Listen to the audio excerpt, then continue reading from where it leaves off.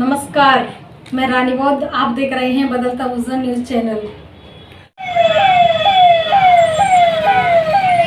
नगर विधानसभा में road show, संविधान बचाओ यात्रा बेहतरीन तरीके से चंद्रशेखर आजाद निकलते हुए नगर मार्केट बाजार में निकलते हुए संविधान बचाओ यात्रा को लेकर भीम आर्मी आजाद समाज पार्टी का बड़ा काफिला निकलता हुआ नगर विधानसभा में भीम आर्मी चंद्रशेखर का बड़ा काफिला निकलता हुआ। देखिए चंद्रशेखर भीम आर्मी। बदलता भोजन अखबार को चंद्रशेखर द्वारा पढ़ा गया, देखा गया, लिया गया और धर्मेंद्र जाटव को फेटा बनाकर स्वागत सम्मान किया गया। वालों के साथ रहोगे तो फिर हाथ रह जाएंगे खाली, और अगर बनानी है ताकत तो इस बार अपने खून को मौका देना, इस लड़ाई को लड़ने का। फिर आप देखना कि कैसे आपके वारे नारे होते हैं, कैसी आपकी आवाज जो है राजस्थान की विधानसभा में गूंजती है आपकी समस्याओं पे, और कैसे आपकी समस्या के लिए अधिकारी कर्मचारी गले गली खड़े होकर आपकी सुनवाई करते हैं और आपसे कहते हैं बताइए आपको क्या चाहिए। मैं भी मध्य प्रदेश से लौटा और मैं जानता हूं मध्य प्रदेश के हालात जैसे हैं। एक दो जिलों को छोड़ के हमारे लोगों के हालात यहाँ बहुत अच्छे नहीं। भरतपुर, अलवर, दौसा, करौली, सवाई माधोपुर, इसको छोड़ के धौलपुर, इसको छोड़ के कहीं बहुत अच्छे हालात नहीं। और यहाँ भी जो हालात है वो सरकारों की देन नहीं है, ये भी सच है। वो हालात आपने अपने शरीर को बहा के, अपना दिन रात एक करके, मेहनत मजदूरी करके, एक पैर पे खड़े रह के, भूखे प्यासे रह के अपनी ताकत से बनाया है। किसी सरकार ने आपको नहीं दिया, ये भी मैं जानता हूं। इसके लिए आपने इस बंजर भूमि को अपने पसीने से सींचा। जब मैं पहली बार राजस्थान आ रहा, मेरे साथी मुझसे कह रहे, मैं जब जयपुर आने वाला था, मुझसे मेरे साथी कह रहे बारिश पड़ रही थी कि राजस्थान में बारिश हो रही है। उनको लगता है कि राजस्थान सिर्फ रेगिस्तान है, उनको लगता है राजस्थान में रेत ही रेत है, राजस्थान में सूखा पड़ा हुआ है। लेकिन एक बात तो उनकी सच थी कि सूखा तो यहाँ है लेकिन सबके लिए नहीं। जिनके लिए सूखा है वो आज भी यहाँ बैठे, और जिनके लिए सूखा नहीं है वो महलों में बैठे हैं। आप इस बात को जानते हैं। जिस दिन आपका सूखा खत्म होगा, जिस दिन आपके घरों में हरियाली आएगी, उसी दिन तो बराबरी आएगी। जैसे ये मेरा शरीर है ऐसे ही ये राजस्थान है। आप ये सोचो, एक हिस्सा ताकतवर, एक हिस्सा कमजोर, कैसे आएगी बराबरी। एक के पास खाने को रोटी नहीं, एक के पास पीने को साफ पानी नहीं, एक के पास अच्छे कपड़े नहीं, एक के पास उद्योग धंधे नहीं, एक के पास रोजगार नहीं, एक के पास सरकारी नौकरी नहीं, एक के पास जमीन नहीं, एक के खाते में पैसे नहीं, और वहां दूसरी तरफ अमीर के कुत्ते भी घी खाएं, अमीर के कुत्ते भी एसी में सोए, अमीर के कुत्ते भी गाड़ियों में घूमे, अमीर के कुत्तों में भी बड़े बड़े बंगले हों। जिस देश में गरीबों को कुचला जाए, इंसानों से भेदभाव किया जाए, जाति के आधार पे, धर्म के आधार पे अन्याय अत्याचार हो, जहां पशुओं की इज्जत हो और इंसान रोजी रोटी के लिए दर दर भटके, मंदिर मस्जिदों के बाहर हाथ फैला के बैठे, वहां की सरकारें क्या देती होंगी आप जान लो। हर साल चुनाव होते हैं, पहली बार चुनाव नहीं है आपके यहाँ पे।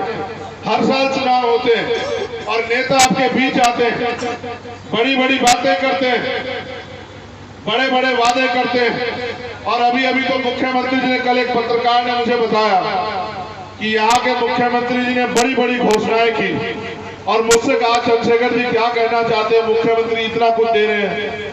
मैंने उनसे पूछा कि पत्रकार साथी ये बताओ, मुख्यमंत्री जी ने घोषणाएं कब करी? तो कहा अभी कुछ दिन पहले। तो मैंने कहा मुझे बताओ कि 4.5 साल में राजस्थान के लोग पलायन कर गए थे क्या यहाँ से? 4.5 साल मुख्यमंत्री जी नींद में थे क्या? 4.5 साल उनको यहाँ की जनता क्यों नहीं दिखाई दी? अब चुनाव आया तो अब आप गैस सिलेंडर कम दाम पे ले लो। आपको समझ आना चाहिए वरना ठगे जाओगे।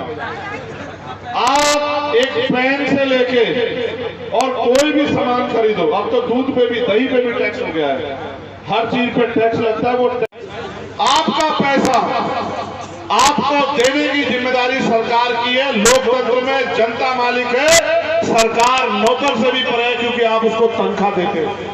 उनके विधायक को तनख्वाह मिलती है, उनके मंत्री को तनख्वाह मिलती है, उनके सांसद को तनख्वाह मिलती है, प्रधानमंत्री को तनख्वाह मिलती है, रिटायर होने पे पेंशन मिलती है। आपको मिलता है ठेंगा। वो आपका पैसा आपको दे के ऐसे दिखाते जैसे एहसान कर रहे हो। मुख्यमंत्री दाल गई, उनकी कोई दाल की फैक्ट्री है क्या? उनकी कोई चावल की फैक्ट्री है क्या? उनका कोई खेत है क्या जिसमें वो काटते हैं फसल को और खेत में तैयार करके मशीन में निकाल के दे रहे हो? ले लो। आपका पैसा एक व्यक्ति, और तो सुनो गरीबों, कमजोरों, किसानों, मजदूरों, और सुनो, पैदा होने वाला बच्चा पैदा होने के बाद और जब तक पैदा भी नहीं होता, पेट में होता है, तब भी वो टैक्स देता है। कैसे? उसके ऊपर जितनी दवाइयां लगती है, जितने टीके लगते हैं, सब पे टैक्स होता है। वो जब पैदा हो जाए, जो सामान उसके लिए आएगा सब पे टैक्स होगा। जबकि जब तक आदमी कमाने लायक ना हो जाए, उसको सबकी जिम्मेदारी सरकार पे होनी चाहिए। लेकिन भारत में टैक्स सबसे लिया जाता है, कमाता हो या ना कमाता हो। और अगर वो हक के लिए सवाल उठाए तो उसको लाठी मारने का काम सरकारें करती है। आप ये समझ लो, आप सब लोग टैक्स देते हो। 1000 रुपए से ज्यादा का टैक्स हर कोई व्यक्ति देता है। सरकार 200 रुपए का सामान देके 800 जेब में रखे और आपको दिखाती है कि भाई सरकार आपको बहुत कुछ दे रही है।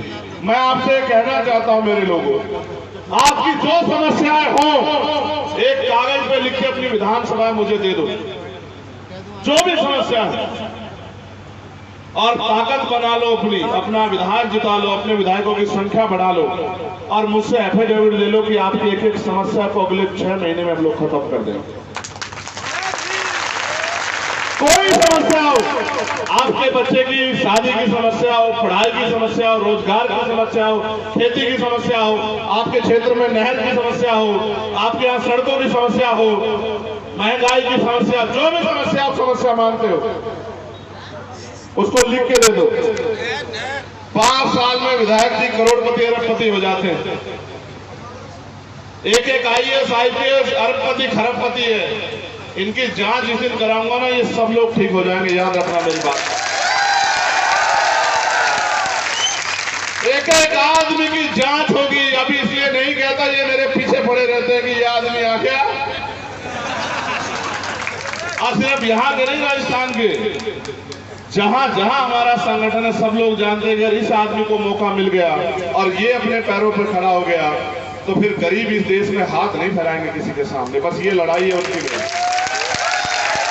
आप ये जानते हैं मुझे यहाँ से विधायक MP नहीं बनना है। मैं जहां पैदा हुआ वहां 403 सीट विधानसभा की, आपके यहाँ 200 है, आपसे दुगनी। मैं जहां पैदा हुआ वहां लोकसभा की 80 सीटें हैं, आपके यहाँ 25 सीटें हैं।